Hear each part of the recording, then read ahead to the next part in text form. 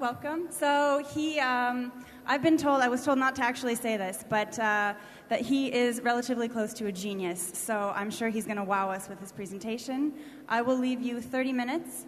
And unfortunately, there's no questions at the end, so hold your questions and track him down and ask them afterwards. Thank you. Bien, bonjour. C'est un grand plaisir d'être parmi vous aujourd'hui dans cette grande manifestation sur l'innovation. Donc, je vais traiter d'un sujet qui est l'accélération de l'innovation en période de crise.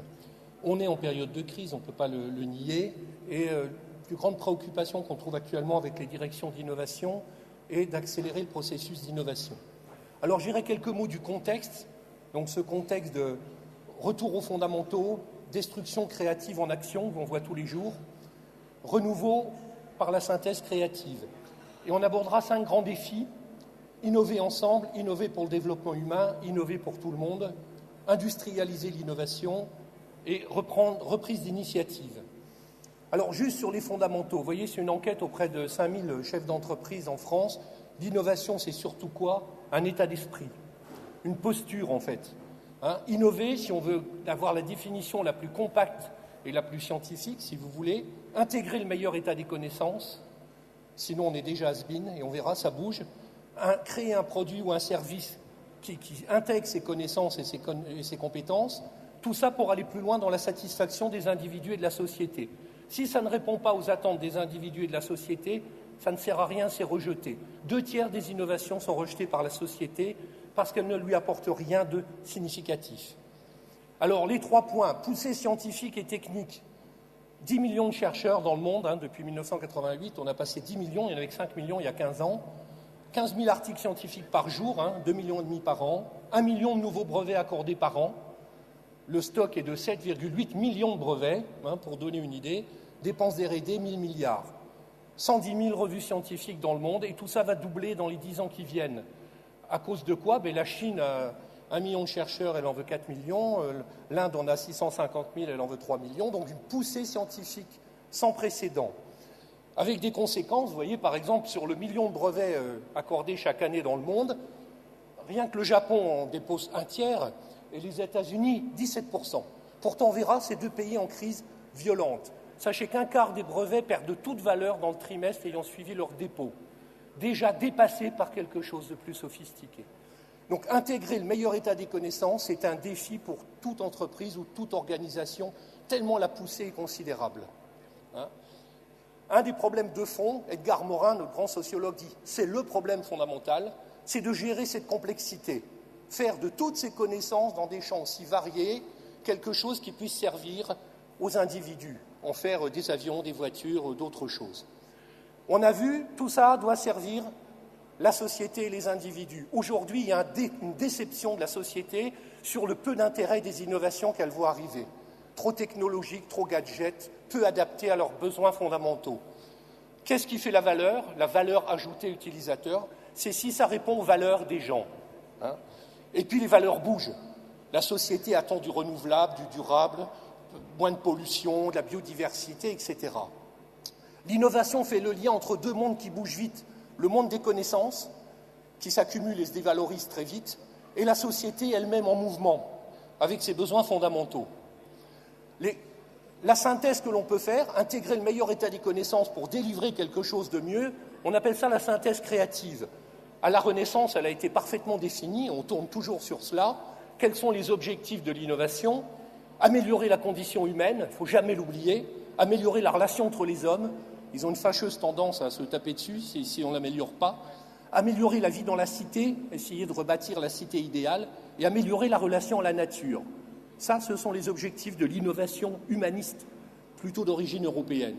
Donc, si on simplifie, le monde des connaissances, avec toutes ces possibilités d'applicatives, qu'on appelle le technical push, de l'autre côté, la société et l'individu. Ses rêves, ses désirs, ses attentes, ses idéaux, ses espoirs, ses souhaits, ses besoins, et in fine, sa demande. Synthèse entre les deux, innovation qui intègre le meilleur état des connaissances pour répondre aux attentes les plus fondamentaux des individus. Alors aujourd'hui, on est en période de crise, mais on est en période de crise comme d'habitude, pourrais-je dire. Quand on analyse les grandes vagues d'innovation de l'histoire, Schumpeter l'a fait de façon remarquable, il dit que c'est un phénomène de destruction créative. un monde se termine, un nouveau monde émerge. Aucune vague d'innovation de l'histoire n'a existé sans une violente crise financière, liée en fait à la dévalorisation de ce qui est obsolète. Vous avez vu récemment, par exemple, beaucoup de gens ont été surpris qu'un simple journal gratuit d'annonces, comme Paru Vendu, représentait 1650 emplois. À partir du moment où on a d'autres types d'annonces en direct sur le web, évidemment, ceux qui sont sur le papier disparaissent. Donc on a un phénomène de destruction d'une part et de création d'autre part. Schumpeter nous met en garde, la destruction précède la création. Et on est typiquement dans ce type de situation. Alors c'est pas trop grave quand on a en temps réel le développement d'une offre nouvelle. Vous voyez, ici on avait LIP qui était le leader mondial de la montre. Aujourd'hui, Swatch a pris le relais et est leader mondial de la montre. Swissair était la compagnie aérienne la plus riche d'Europe. Aujourd'hui, c'est EasyJet qui domine le marché suisse et d'ailleurs européen. Manu France, qui avait 40% du marché de la outdoor en Europe, a été remplacé par Decathlon et Groupe Oxylane, qui aujourd'hui est une entreprise à vocation de devenir leader mondial dans tous les systèmes de sport. 48 000 employés, 28 ans de moyenne d'âge. Ça, c'est la partie, un nouveau monde émerge par rapport à un ancien monde qui a disparu. L'innovation, c'est ce phénomène de croisement. Alors, vous voyez, des entreprises qui pesaient 150 milliards de dollars il y a encore 10 ans ont disparu corps et biens, comme Nortel, qui était la première entreprise canadienne. Et l'année dernière, j'ai bien l'année dernière, la plus grosse entreprise canadienne en valorisation boursière était RIM, Research in Motion, qui fait les BlackBerry. Ce ne sera malheureusement plus le cas à la fin de cette année, parce qu'on a encore ce processus de destruction créative qui fait qu'on ne vit pas sur un acquis aussi brillant soit-il. Alors, l'innovation, elle marque tout un tas de produits s'en vont. Vous voyez ça, si vous en avez chez vous, ça intéresse les musées. Hein. Ça, c'est les produits en voie de disparition. Ça, c'est les produits les plus vendus en France fin 2010. 25 produits vendus en quantité considérable. La France est un des meilleurs marchés du monde pour la nouveauté. Souvent, elle est deuxième marché mondial par tête d'habitant. Je prends le cas de la DS, par exemple, ou de la Wii, ou des choses comme cela. Alors, il y a un renouveau. Sachez qu'on faisait des téléphones mobiles. La France ne produit plus de téléphones mobiles, alors qu'elle avait 3 leaders. Pareil pour les ordinateurs. Il y a un proverbe chinois qui dit « L'arbre qui tombe fait plus de bruit que la forêt qui pousse ». Si vous êtes en France actuellement, vous entendez plutôt les arbres qui tombent qu'il faut une oreille exercée pour écouter la forêt qui pousse. Alors, je vous montre un peu de la forêt qui pousse. Parrot, par exemple, Arcos, Eolan, qui revient toujours, qui vient de relocaliser d'ailleurs sa production de tablettes, Focal, Lassie, Sagemcom. Je ne vais pas vous balayer toutes ces entreprises, elles n'ont pas encore le poids qu'ont eu les grands de l'électronique à l'époque où Thomson était leader mondial des téléviseurs, ou Alcatel, celui des terminaux téléphoniques. Mais on a ce phénomène donc de destruction créative. On a vu que l'innovation, c'est une synthèse du meilleur état des connaissances. On va jusqu'à dire aujourd'hui qu'elle est technologiquement neutre. C'était l'approche de Steve Jobs ou d'autres. On intègre le meilleur état des techniques d'où qu'elles viennent. Et on doit faire simple. Beaucoup d'innovations ne sont pas assez travaillées. Alors je vous montre la simplicité dans un cas extrême. Un poste de pilotage. Ça, c'était le poste de pilotage de Concorde. Vous voyez, il y avait aussi un panneau pour un mécanicien en vol. Ça veut dire que toutes les techniques arrivaient, 350 sources d'informations. Poste de pilotage en Concorde. On passe à 320. Vous voyez la simplification. À 380, il n'y a plus que 10 panneaux et il y a de la place. Moi, j'ai un peu piloté, on disait s'il y a de la place sur le tableau de bord, c'est qu'on a oublié quelque chose. Là, non, vous pouvez mettre un magnète du Val-de-Marne, si vous voulez, il y a de la place. Et puis on arrive, Dreamliner, il est rentré en service il y a 3 semaines, il n'y a plus que 4 panneaux, et vous voyez arriver par le haut, l'affichage tête haute, révolution, on va ramener tout au niveau des yeux du pilote, comme dans un avion de combat. Tout le temps resynthétisé, c'est la partie la plus difficile de l'innovation. Tant qu'il y a des fils, des racks et tout cela, ce n'est pas de l'innovation, c'est du mélange de technologies. L'innovation, elle simplifie toujours. On n'a aucun cas d'innovation plus compliquée à utiliser que la précédente qui ait été un succès. Gros travail de conception à faire, c'est une des grandes difficultés. Alors les 5 grands enjeux, innover ensemble, maîtrise des écosystèmes d'innovation. Le système est ouvert de plus en plus. Innovation participative, co-conception, open source, innovation ouverte, crowdsourcing. Faire appel à tout le monde pour innover. Aujourd'hui, on n'imagine pas un projet d'innovation qui ne soit pas une équipe. L'élément de base, c'est l'équipe. Avec pratiquement toujours des gens de plusieurs nationalités, de beaucoup de compétences différentes. Ici, vous voyez une équipe, c'est chez Boeing sur le Dreamliner, par exemple, Ici, une équipe d'un hôpital australien avec des scientifiques, des personnes de management et autres. Une équipe quand on a monté le pont de Millau au niveau de l'innovation. Alors, pas seulement les gens de l'entreprise, mais aussi leurs partenaires, leurs fournisseurs, leurs clients et des gens qui font la même chose ailleurs avec lesquels on a passé un deal. De plus en plus, les équipes sont internationales. Pourquoi on ne fait pas tout seul?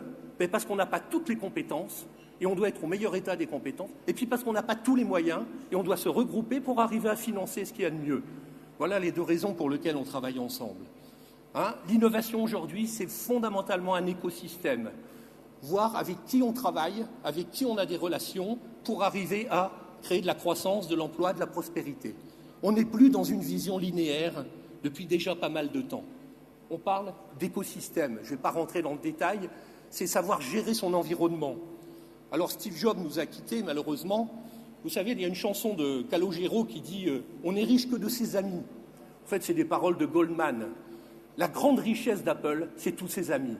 C'est-à-dire tous les gens, les 400 000 développeurs qui travaillent pour elle, ceux qui fournissent les technos du monde entier. Il n'y a que 6% d'Américains dans les produits Apple, pour mémoire. C'est du MP3, c'était fait en Allemagne ou dans d'autres pays.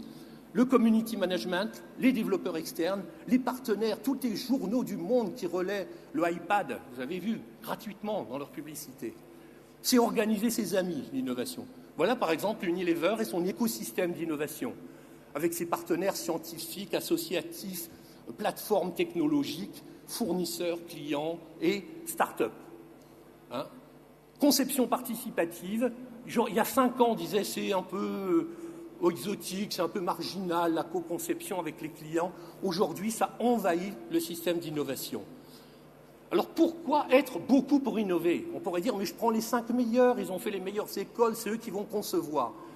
L'innovation, en fait, chacun apporte sa vision, chacun apporte l'élément, il est professionnel, il sait, lui, dans son domaine, que là, il y a un élément qu'il faudra intégrer. C'est-à-dire qu'il a une vision précise sur un des éléments. À partir du moment où vous maillez les compétences, ces visions du futur vont se mailler et vous avez comme un hologramme qui crée le produit nouveau. On le sait par l'open source, en software, mais aussi en encyclopédie comme Wikipédia, mais aussi pour tout un tas d'autres produits, qu'on innove de façon beaucoup plus efficace à 500 qu'à 50 et à 50 qu'à 5. Et ce phénomène est irréversible. C'est-à-dire qu'on a les outils maintenant pour faire coopérer les gens. J'ai une idée, tu as une idée, il ou elle a une idée, nous avons un projet. Pour un produit assez simple, une étude faite avec 3M montre qu'il faut 4 000 à 5 000 idées originales. Et à la sortie, ça donne un produit relativement simple. Combinaison des visions et des compétences. Exemple, pour le Dreamliner qui vient de sortir, avion de Boeing, il a été conçu essentiellement par les associations de passagers. Les 14 associations de passagers qui ont travaillé pendant des années pour faire l'avion idéal vu par les passagers. Vous les voyez ici, inspectant les choses, donnant leur avis, etc., pour un produit qui fait réellement le break pour les gens qui voyagent, à savoir les passagers. On a la même chose actuellement dans l'automobile. Vous voyez ce que Renault va sortir avec une voiture adaptée aux femmes enceintes et à la petite enfance en coopération avec la plateforme Doctissimo et Forum Grossesse, parce que les femmes en connaissent quand même plus sur la grossesse et la petite enfance que les hommes, fut-il ingénieurs. Et cette évolution vers la co-conception est irréversible et fondamentale. On ne fait pas dans son coin en disant après je vous vends ça et je ne vous ai pas associé. Développement humain, replacer l'homme au cœur du système. Aujourd'hui, 3/4 des échecs d'innovation sont des échecs dits marketing. C'est-à-dire que la société les rejette. Mais ça vient d'un point important, c'est qu'on a considéré la société uniquement comme un marché. On parle de besoins, de pratiques et d'usages. Ça fait 20 ans qu'on ne parle plus de ça dans la plupart des pays les plus innovants, au lieu de parler des rêves, des idéaux, des désirs, des ressentis profonds. Exemple. Vous voyez, il y a un slogan récent des CFR qui dit « On part de vous et ça change tout ». L'innovation dans sa relation à la société, c'est un problème philosophique. L'idée qu'on s'en fait, c'est les idées qui mènent les hommes. Je parlais d'Apple. C'est sociologique, c'est anthropologique. Exemple, la musique. Tout le monde est sur le terrain de la musique. La meilleure définition de la musique, elle vient de Bernard Lavillier. La musique est un cri qui vient de l'intérieur. C'est quelque chose qui traverse toutes les périodes. Ce n'est en aucun cas un usage. On le répète 100 fois, mais les gens ne veulent pas écouter. Mozart existait du temps des rouleaux de cire, il existait du temps des vinyles, il existait du temps des CD, du temps des DVD, il existera toujours. La musique existe avant. Ce n'est pas un usage MP3, si vous voulez. Le pitch du iPod, c'était toute ma vie de musique sur moi. toute ma vie de musique sur moi et je commence avec 12 000 titres au lieu de 12, c'est déjà pas mal. Ça fait 5 ans d'écoute de musique différente, 5 heures par jour. Hein, si on ne part pas de l'individu, on est à côté de la plaque. On croit qu'on applique une techno. Et donc l'important pour l'innovation, comprendre les rêves, les désirs, les espoirs, les idéaux, les souhaits, les valeurs des gens à qui on s'adresse. Respecter leur sensibilité, respecter leur identité, leur culture, leur part de création. Il a revendiqué qu'ils ont raison. Connaître leurs pratiques, leur niveau de connaissance et leur vécu. Et puis, essayer d'aller plus loin pour ce qui a été fait pour eux jusqu'à présent. C'est ça le deal. Et si on ne le fait pas, d'autres le feront. Hein. Et on arrive avec des produits, ça, révolutionnaires, ces deux produits venus de France, hein, Cyberteacher et Ipseo. Hein, Ipseo, c'est Essilor, Cyberteacher, c'est Télélangue. Des services ultra sophistiqués, intégrant jusqu'à 500 variables personnelles. On part de l'individu. On remet dans le bon sens. En période de rupture comme aujourd'hui, c'est-à-dire qu'on a un background technologique gigantesque, énormément des technos. Moi, j'ai la chance de faire l'interface entre les labos, les entreprises et la société, et un nombre considérable de technos ne sont pas utilisés. Alors, on peut améliorer l'existant, hein, on passe du CD au DVD, ou on peut pousser le bouchon jusqu'au bout, repartir de l'idéal, toute ma vie de musique sur moi. Et à ce moment-là, on arrive au CD iPod. Steve Jobs nous disait, si j'avais regardé les usages de la musique, j'aurais fait un CD haute densité ou un CD low cost. Jamais on n'aurait fait l'iPod. Hein. Ici, par exemple, c'est la ville la plus innovante du monde qui s'appelle Helsinki. S'appelle Roadmap vers la cité idéale. Alors vous dites, ils vont jusqu'à 2050, imaginez. Ici, c'est Marne-la-Vallée, ou si les villes de la région vous disent, on va faire un projet 2050. Ils diraient, mais ils sont tombés par terre, on ne peut pas projeter aussi loin. Mais dans quel sens croyez-vous que ça se lise? Ça se lit dans ce sens-là. Qu'est-ce qu'on veut comme ville idéale pour nos enfants? Si on veut cela, il faut commencer dès maintenant à changer des choses. Même chose ici, donc ces visions idéalisées sans lesquelles on ne peut pas faire d'innovation aujourd'hui. On peut améliorer le fauteuil roulant, depuis celui de Danton à la Révolution française, jusque celui de Segway, stabilisé 3 axes et qui monte les escaliers. Si vous discutez avec les gens qui ont des fauteuils roulants, si vous êtes proche de votre demande, vous ferez un fauteuil roulant moderne avec batterie lithium-ion, lithium-métal, lithium-polymère, avec des structures carbone-carbone. La révolution, c'est l'exosquelette. On repart de l'idéal. L'homme n'est pas fait pour être assis avec des roulettes. Il est fait pour marcher, être debout. La révolution actuelle pour le handicap, c'est l'exosquelette et non pas la continuité. Le cœur artificiel, le plus grand programme en développement actuellement en France au niveau de l'innovation, 25 ans d'R&D. L'idéal, ce n'est pas d'attendre qu'un jeune se tue ce week-end pour lui piquer son cœur. C'est d'avoir un système autonome qui fonctionnera 25 ans sans réparation. Hein, l'interprète automatique, ça va nous faciliter la vie. Hein. Samsung va tirer le premier au début de l'année prochaine. C'est pratique, je vous dis allô, allô, et si vous êtes japonais en face, vous entendez mouchi, mouchi. C'est hyper sophistiqué, 27 ans d'R&D, mais ça va déboucher. Institut mondial de la vision fait voir des aveugles de naissance en implantant une matrice CCD sur la rétine. Donc il arrive des choses révolutionnaires pour les individus, mais aussi pour les collectivités. Le lieu de l'innovation, c'est la vie. Si on ne la voit pas dans la vie, elle n'existe pas. L'innovation, c'est changer la réalité.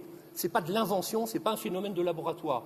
Ça se passe à l'hôpital, dans les bureaux, sur les terrains de jeu, dans les cours d'école, ça se passe au petit déjeuner, comme vous voulez.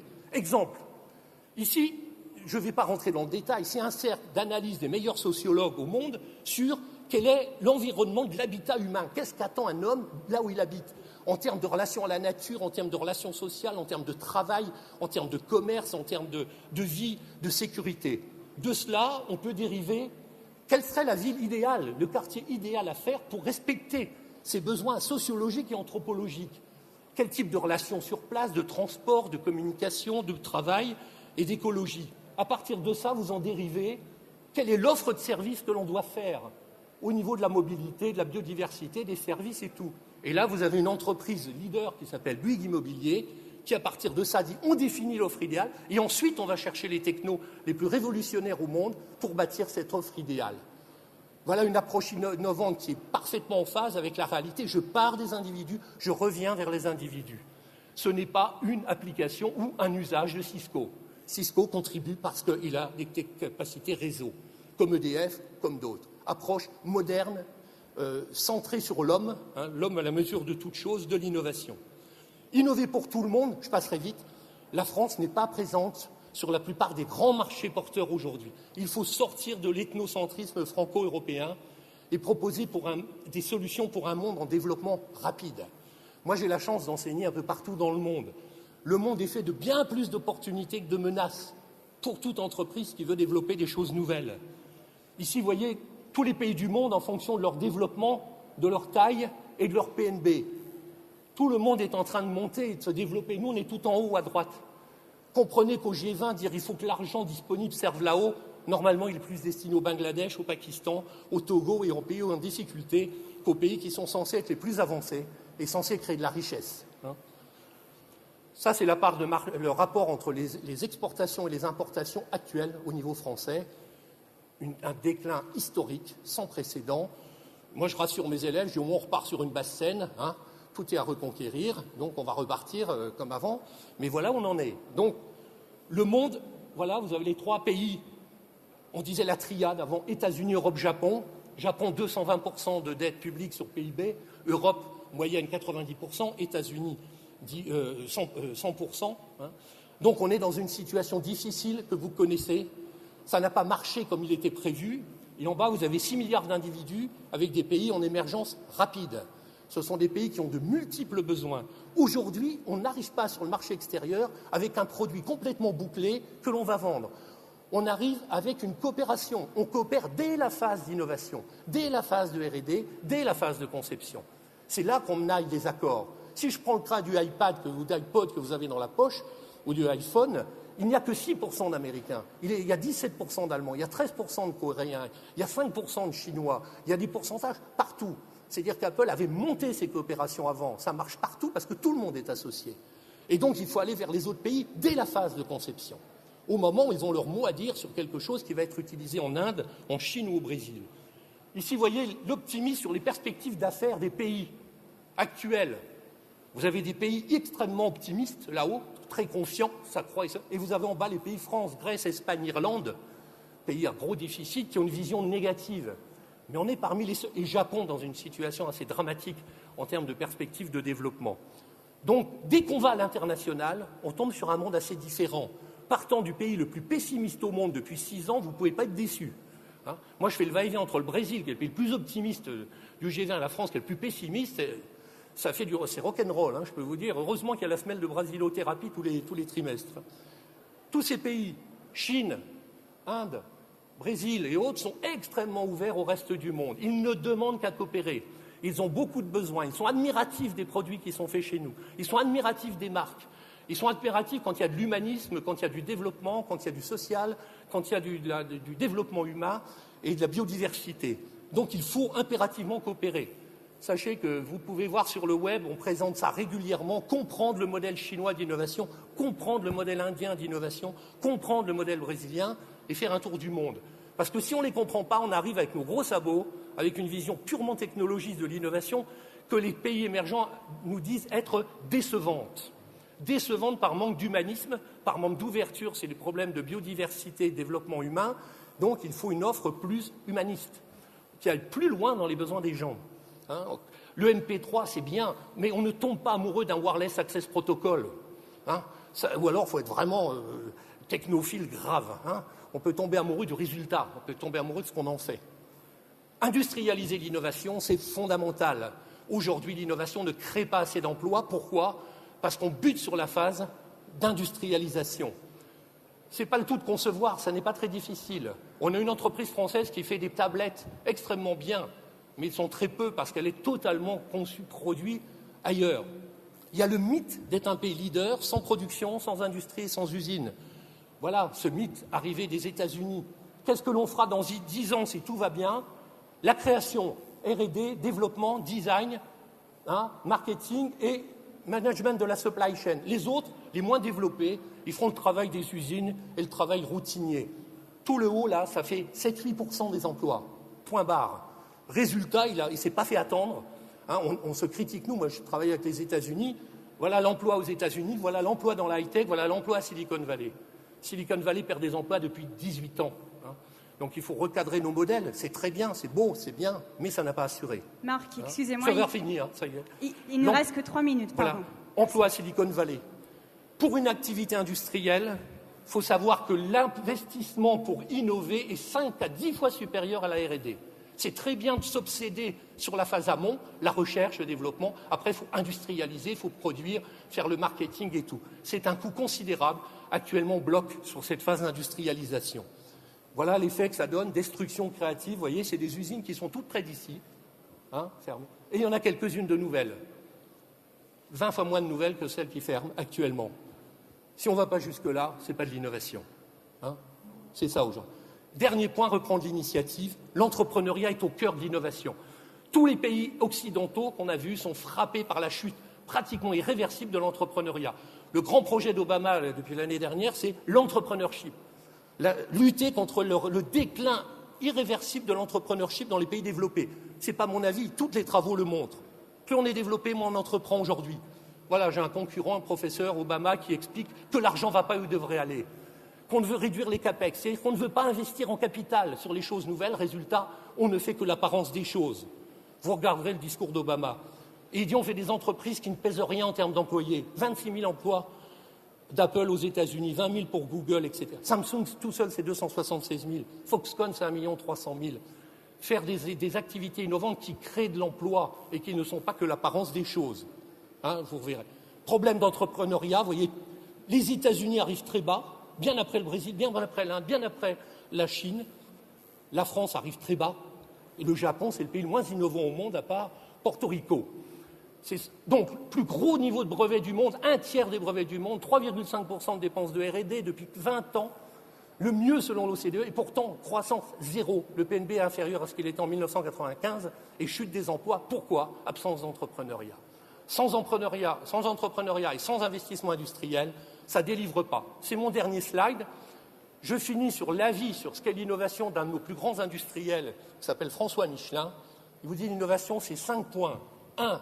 Partir de la réalité. On est au service de la réalité. On part des faits, on part de la société. Partir d'un problème bien posé. 2. Rechercher toutes les solutions envisageables, même les plus exotiques, indépendamment de leur coût. On va chercher les meilleures solutions. Avec 7,8 millions de brevets, avec 10 millions de chercheurs dans le monde, on a ce qu'il faut. Ce n'est pas ce qui manque. Encore faut-il le mettre en œuvre. On évalue de façon multicritère la meilleure des solutions, et après on l'améliore encore pour aller plus loin, et à la fin on industrialise. Parce que si on n'industrialise pas, on a quelques pourcents d'emplois de chercheurs et de concepteurs, ce n'est pas ça qui fait fonctionner un pays. Et on le fait au moindre coût possible. Voilà, j'espère que je vous ai diverti. Bonne suite de conférence. Merci de votre attention. Merci beaucoup.